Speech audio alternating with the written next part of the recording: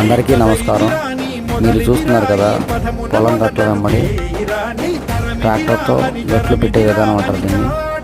కొన్ని ఏరియాల్లో, కొన్ని ప్రాంతాల్లో వరాలు అని కూడా అంటారు.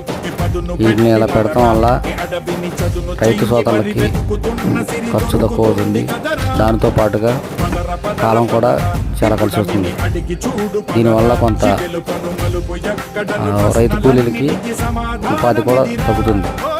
కానీ కాల పరిస్థితులు బట్టి ఈ విధంగా చేయవలసిన పరిస్థితి వచ్చింది.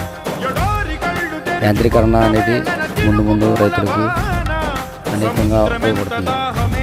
ఇలాంటి పరిస్థితులను బట్టి రైతులు అన్ని యంత్రాలతో పనిని సమయానుకూలంగా చేపించుకుని ముందుకు పోతారని కోరుకుంటున్నాను.